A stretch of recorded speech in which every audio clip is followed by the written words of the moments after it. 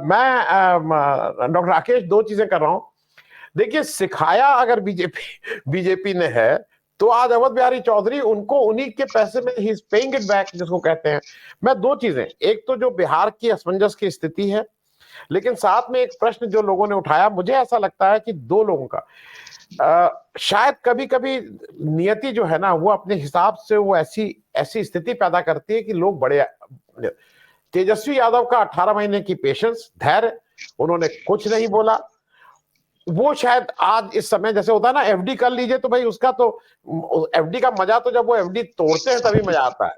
तो दो साल तक मिलता कुछ नहीं, 2-3 साल तक फिर मिलता है तो कुछ उसका ब्याज मिलता है, तो ये उसका ब्याज मिल रहा है तेजस्वी को। और दूसरा मैं एक रेखांकित और करूंगा, हेमंत सोरेन के साथ जो हुआ, मुझे ऐसा लगता है कि उनको आज राष्ट्रीय स्तर पे अब वो स्टैब्लिश हो गए हैं। आदिवासियों से उससे बड़ी वॉइस इस समय कोई नहीं है। जैसा कुछ लोगों का कहना है कि वहां तो सब कुछ था, लेकिन मरांडी जी नहीं मान रहे थे, लेकिन हेमंत सोरेन ने भी बिहार झारखंड से दो लीडर अपने को बिल्कुल ठीक से स्टैब्लिश किया। एक, लेकिन एक बात आपसे और पूछ लूं क्योंकि वो भी जरूरी है। कल मोदी जी बहुत चिल्ला चिल्ला के कह रहे थे पार्लियामेंट में कि अगर पैर में चोट लगती है तो हाथ को दर्द होता है, शरीर का एक अंग खराब हो तो पूरे शरीर में वेदना होती है।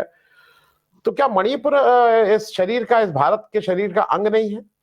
क्या जम्मू कश्मीर इस देश का अंग नहीं है? मैं थोड़ा इस पे आपसे भी समझना चाहूंगा कि उसको सुन्न कर दिया गया, वो हो जाता ना, सुन्न कर दिया गया, तो उस अंग का से मतलब नहीं है। दो चीजें, तेजस्वी यादव जी और हेमंत साहब, ये दोनों लोग बड़े रूप में स्टैब्लिश हुए इस सारे घटनाक्रम से। नीतीश जी से ही घटनाक्रम शुरू हुआ, इंडिया अलायंस से। और दूसरा जो ये मोदी जी कह रहे हैं ना कि एक अंग में दर्द तो दूसरे अंग में नहीं, इस पे भी जरा एक आपकी टिप्पणी। जी सर, बहुत धन्यवाद। संजीव जी ने बहुत अच्छा विश्लेषण बिहार का कर दिया है। उनकी बात में एक बड़ी अच्छी बात निकल कर आई, मैं उस पर बात कर लूं फिर आपके प्रश्न पर आऊंगा। संजीव जी ने कहा कि बिहार महाराष्ट्र इत्यादि से अलग है, वहां के विधायक इतनी आसानी से नहीं टूटते। वहां अब जो रिजॉर्ट वाली संस्कृति या चार्टर प्लेन वाली संस्कृति नहीं अब तक आ पाई है, बहुत अच्छी बात है। लेकिन इसके साथ संजीव सर एक विडंबना ये भी है, लेकिन बिहार के बड़े नेता, चाहे वो रामविलास पासवान हो या नीतीश कुमार हो, ये लोग जिस तरह आते जाते रहे हैं तो उसमें चार्टर प्लेन की जरूरत नहीं पड़ती रही है। ये अपने साथ अपनी रेवड़ को ले जाते रहे हैं बहुत। लेकिन अच्छा आज आपने इस चीज को रेखांकित किया जो आमतौर पर ध्यान में नहीं आता लोगों के। आनंद सर, पहले मोदी जी की बात की, उन्हें एक हिस्से में दर्द होने पर पूरे शरीर में दर्द होता है, आपने सुन्न शब्द का इस्तेमाल किया। मुझे ऐसा लगता है कि नरेंद्र मोदी जी की संवेदनाएं सुन्न हो गई हैं, वरना कोई कारण नहीं है कि एक राज्य महीनों से जल रहा है, 2000 से ज्यादा लोग मारे जा चुके हैं, महिलाओं के साथ जुल्म की पराकाष्ठा वहां हो चुकी है, लेकिन उनको दर्द नहीं हो रहा।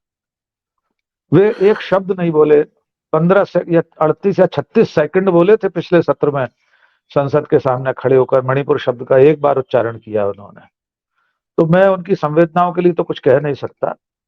लेकिन बिहार पर अगर हम लौटें और बिहार के जरिए वर्तमान राजनीति की बात करें, तो मुझे लगता है सिद्धांतहीन राजनीति का ये अमृत काल है। इससे ज्यादा सिद्धांतहीनता भारत की राजनीति में इससे पहले कभी नहीं देखी गई। दल बदल पहले भी होते आए हैं, आगे भी होते रहेंगे, लेकिन जिस तरह दल बदल करते समय नेता अपने बयानों से, पिछले बयानों से जिस तरह छुटकारा पा लेते हैं, जितना बुरे से बुरा बोलकर उसी पार्टी में शामिल हो जाते हैं, ये सचमुच सिद्धांतहीनता का स्वर्ण काल है। नीतीश कुमार का बयान हो चाहे ज्योतिरादित्य सिंधिया का बयान हो, मैं संयोगवश सिर्फ एक जोड़ना चाहता हूं संदर्भ के लिए। ज्योतिरादित्य सिंधिया ने 17 जुलाई 2017 को एआईसीसी मुख्यालय में कांग्रेस के महासचिव की हैसियत से प्रेस कॉन्फ्रेंस की थी। आनंद जी, संजीव जी, आप लोग भी याद रखिएगा इस जुमले को, धनंजय भाई और डॉक्टर त्रिपाठी। मध्य प्रदेश में आईएसआई के लिए जासूसी करने वाला एक नेटवर्क पकड़ा गया था, जिसमें बीजेपी और संघ के जो आनुषंगिक संगठन है उसके लोग पकड़े गए थे। ध्रुव सक्सेना उसका मुखिया था, जो बीजेपी के सोशल मीडिया सेल का अध्यक्ष था। सिंधिया जी ने एआईसीसी मुख्यालय में प्रेस कॉन्फ्रेंस में कहा था कि भारतीय जनता पार्टी दुनिया की एकमात्र पार्टी है जो आईएसआई सर्टिफाइड पार्टी है। दोबारा सुन लीजिए, ज्योतिरादित्य सिंधिया ने कहा था कि भारतीय जनता पार्टी दुनिया की एकमात्र पार्टी है, पॉलिटिकल पार्टी है, जो आईएसआई सर्टिफाइड है। आईएसआई पाकिस्तान की जासूसी एजेंसी। वो ज्योतिरादित्य सिंधिया आज बीजेपी में और 65 साल को कोसते हैं, जिन 65 सालों में उनकी दादी, उनके पिता और वे स्वयं आधी सदी से ज्यादा कांग्रेस में रहे।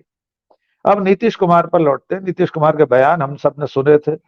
वे किस तरह मरकर भी नहीं जाने वाले थे और सजीव जीवित रहते चले गए बीजेपी में। इस पूरे घटनाक्रम में हेमंत सोरेन और तेजस्वी यादव का उल्लेख आपने किया है। मैथिली शरण गुप्त ने पंचवटी में लिखा था, जितने कष्ट कंटकों में है जिनका जीवन सुमन खिला, गौरव गंध उन्हें उतना ही यत्र तत्र सर्वत्र मिला। जिस तरह से कष्ट कंटकों की राह रही है तेजस्वी यादव की, या हेमंत सोरेन की इस वक्त जो राह है, उनकी राह में ईडी, सीबीआई, आईटी, एनआईए, सरकार की तमाम एजेंसियां, मोदी शाह जैसे कष्टकंटक हैं। और उसमें से अगर वे दृढ़ प्रतिज्ञ अपने सिद्धांतों के प्रति, अपने विचार के प्रति, वे इस आंधी में भी दल बदल नहीं कर रहे हैं, तो मैं समझता हूं ये देश के गिने चुने उन नेताओं में से हैं जो बीजेपी के पाले में नहीं जा रहे। न वे ईडी से डर रहे, न सीडी से डर रहे। इसके लिए तो उनकी सराहना होनी चाहिए। उद्धव ठाकरे, तेजस्वी यादव, अखिलेश यादव, राहुल गांधी और कांग्रेस की बात तो इसलिए नहीं कर रहे, वे तो प्रकाश स्तंभ हैं ही इस फांसीवादी निजाम में। उनसे तो उम्मीद की भी नहीं जा सकती कि वे कभी उस पाले में जाएंगे जीते जी। लेकिन ये जो लोग आज भी अगर बचकर खड़े हैं, तो इनकी सराहना की जानी चाहिए। अब जिस पर हम आज बात कर रहे हैं कि बिहार में क्या होने जा रहा है, संजीव जी ने बहुत अच्छी तरीके से सारा आंकड़ा बता दिया, आपने भी आंकड़े बता दिए थे। मुझे भी नहीं लगता कि कोई बहुत बड़ी उलटवासी हो जाएगी 12 तारीख को। लेकिन जैसा कि काल चक्र उल्टा घूमना शुरू हो गया है धीरे धीरे, नरेंद्र मोदी, अमित शाह की बड़ी नाकामयाबी अभी अभी हुई है रांची में, झारखंड में। हेमंत सोरेन जिस बहादुरी के साथ खड़े रहे, सरकार बचा ली पूरे बहुमत के साथ। अच्छा खासा आंकड़ा है, 47 और 29। कोई बड़ी बात नहीं है कि अगर बिहार में भी ऐसा कोई करिश्मा हो जाए तो उसे सहन करना बर्दाश्त से बाहर होगा मोदी जी और अमित शाह के लिए और उनके घटक दलों के लिए, जिनके नाम ईडी, सीबीआई वगैरह हैं। ये राजनीतिक दल हैं, बाकायदा एनडीए गठबंधन के सदस्य हैं। इनको अब आप कोई प्रशासनिक इकाई मत मानिए, वरना 97% छापे गैर भाजपा लोग दलों पर, नेताओं पर नहीं होते ईडी के। इसलिए मैं उन्हें एनडीए का घटक दल ही मानता हूं। हो सकता है संविधान निर्माताओं ने उन्हें इस रूप में बनाया हो कि ये एजेंसियां हैं जो दलगत आधार से अलग हटकर काम करेंगी, संविधान की परिधि में काम करेंगी, लेकिन अब वे मोदी शाह की पार्टी के साथ काम कर रही हैं।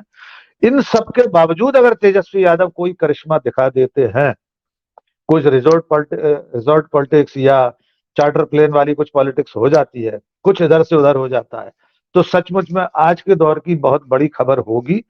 वो न केवल नीतीश कुमार के लिए बल्कि मोदी शाह के लिए भी एक दुस्वप्न जैसा साबित होगा। लेकिन वैसा हो पाएगा, इसके लिए हमें 12 तारीख तक इंतजार करना होगा। डॉक्टर राकेश, एक चीज जरा इसलिए क्योंकि वो इस समय इंपॉर्टेंट है समझने की दृष्टि से। मैं व्यक्तिगत रूप से, मतलब मैं नाम इसलिए नहीं लेना, कल ये बड़ी गहमा गहमी उत्तर प्रदेश में थी कि जयंत चौधरी करीब, और पेपर की हेडिंग आई थी, मतलब मैं कल अपने गांव गया था तो वहां पेपर की हेडिंग थी सारे पेपरों की कि जयंत चौधरी ऑलरेडी एनडीए में चले गए, और लिस्ट के साथ था कि उनके एक साथी को राजस्थान में मंत्री, तो एक उत्तर प्रदेश में मंत्री, तो एक और राज्यसभा सांसद, और इतनी सीटें सब मिलेंगी। और फिर शाम तक ये कहीं से ठीक से खबर आ गई कि जयंत चौधरी नहीं जा रहे हैं। जयंत चौधरी शायद लेन देन के लिए अपना कुछ मन मुहार कर रहे हैं, ये सब पोस्टरिंग कर रहे हैं, लेकिन जा नहीं रहे हैं। एक ऐसी चीज हुई अभी, क्योंकि मैं इसलिए इस बात को संदर्भित कर दूं, जो किसान आंदोलन था, एक समय ऐसा था कि राकेश टिकैत जी उस दिन उठ जाते, अगर वहां पे उनको वो ताकत, डॉक्टर राजा राम त्रिपाठी जी यहाँ पे, अगर वहां पे उस समय उस 1 घंटे की वो ताकत, जो सबसे पहली ताकत उनको आई थी, वो जयंत चौधरी, उस समय अजीत सिंह जी जिंदा थे, अजीत सिंह जी के जो साथी लोग थे उन्होंने वो जाके सबसे पहली ताकत दी थी। नहीं तो उस दिन राकेश टिकैत जी वहां से उखड़ गए थे। किसानों के साथ जो भी हुआ उसमें जयंत चौधरी हरदम लगे रहे हैं, जयंत चौधरी के ऊपर वो हुआ है। अभी मैं इसलिए इस चीज को ला रहा हूं, ये जो किसान अब आ रहे हैं, दिल्ली की तरफ बढ़ रहे हैं, और वो उनका उनका ओरिजिनल प्रोग्राम 12 या 13 से है, मैं मुझे डॉक्टर राजाराम ज्यादा बेटर बताएंगे, 12 या 13 से उनका घेरा डालो का कार्यक्रम है। ऐसे समय में क्या जयंत चौधरी के ऊपर एक इनडायरेक्टली, क्योंकि कुछ चीजें अपने आप हो रही हैं, जयंत चौधरी अब क्या जाएंगे, आइए आपको लगता है, क्योंकि इस समय एक तरह से निर्णायक घड़ी आ रही है, मुझे नहीं लगता है कि ये किसानों को छोड़ के जयंत चौधरी उस पाले में जाके बैठेंगे। डॉक्टर राकेश, देखिए सर, क्या कौन कर बैठेगा इस पर पहले से सोचना असंभव हो गया है सर।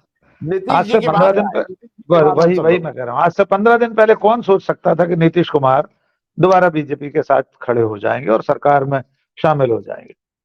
जयंत चौधरी को लेकर भी हम कोई ऐसी सैद्धांतिक राजनीति नहीं देखते जैसी दृढ़ता तेजस्वी यादव में दिखाई दे रही है या और कुछ नेताएं जिनमें दिखाई दे रही है। हम नहीं जानते वे कल चले जाएं।